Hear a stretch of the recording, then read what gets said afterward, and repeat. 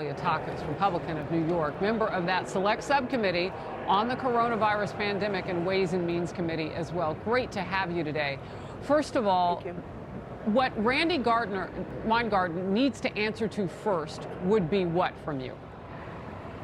Well, we want to know all the facts relating to these documents that we've been able to identify showing that there was clearly a collusion between the teachers union and the Biden administration to keep these schools shut down. Why did she push for what I believe would be political solutions as opposed to actually following the science as the administration has been telling us they were doing?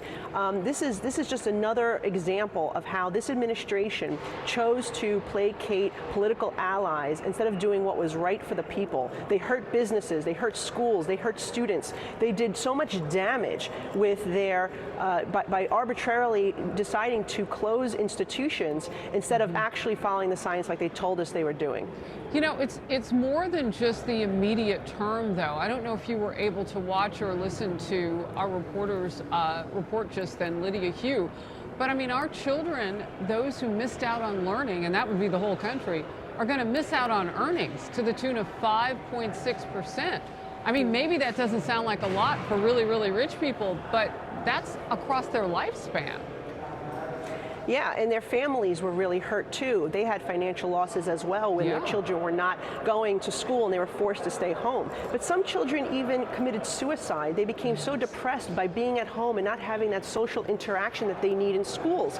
And here in New York City, which by the way, Randy was the president of our local union here in New York City, we were probably hurt the most. We saw schools shut down for a year and a half, all while private schools in New York City were open and they were doing it safely. And then on top of it, they had lobbied for a tremendous amount of money that is yet to be, it was never spent. It was never actually used for the purpose that it was supposed to, which was to reopen our schools. So we beg the question, why, after donating so much money to the Democrats, to President Biden, were they so influential in drafting CDC guidelines that put our children in peril? Yeah, and I want to know, as a citizen, where did that money go that they were supposed to spend on the schools here in New York? I live next door in New Jersey, but it's a valid question all over the country.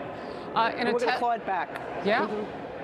In a testy new interview, Dr. Fauci refuses to take responsibility for anything that he might have done to further those lockdowns. He defiantly says, show me a school that I shut down and show me a factory that I shut down. Never.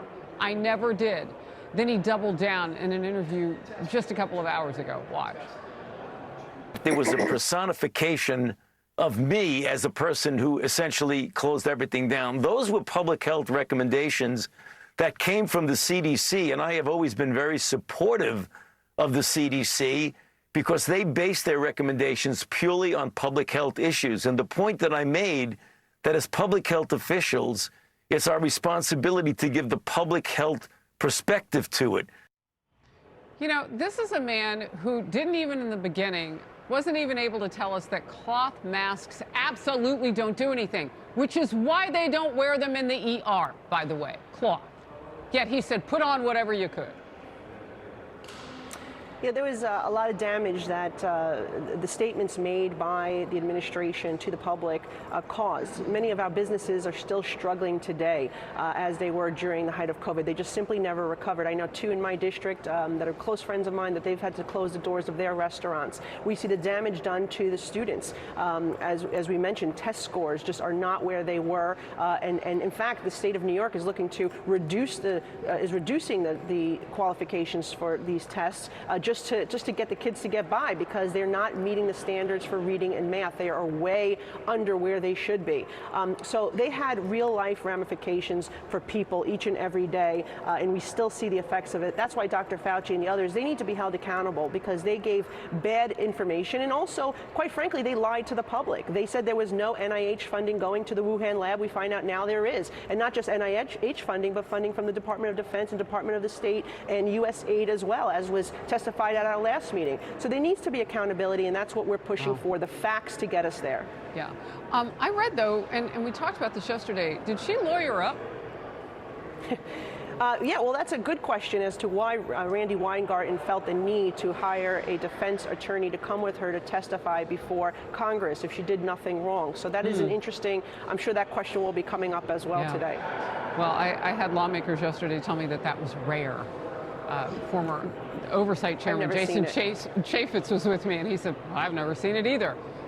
Okay, let's move on. Republicans could bring Speaker McCarthy's spending cut and debt limit bill to the House floor. As soon as today, I understand, Congresswoman, President Biden has already promised a veto. Now, of course, I don't know if he's even read it. He won't talk to any of the Republicans. He and the White House continue to tear into that proposal, which aims to curb rampant federal spending. Let's watch. Same old trickle down dressed up in MAGA clothing. Only worse. Because this time, they're saying they're going to let the country default on its debt.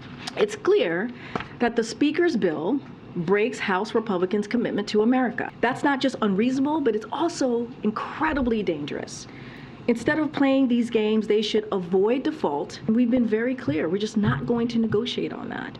Speaker McCarthy says that the president should listen to advice from his own political party. A quick peek at that. Joe Manchin says we should negotiate.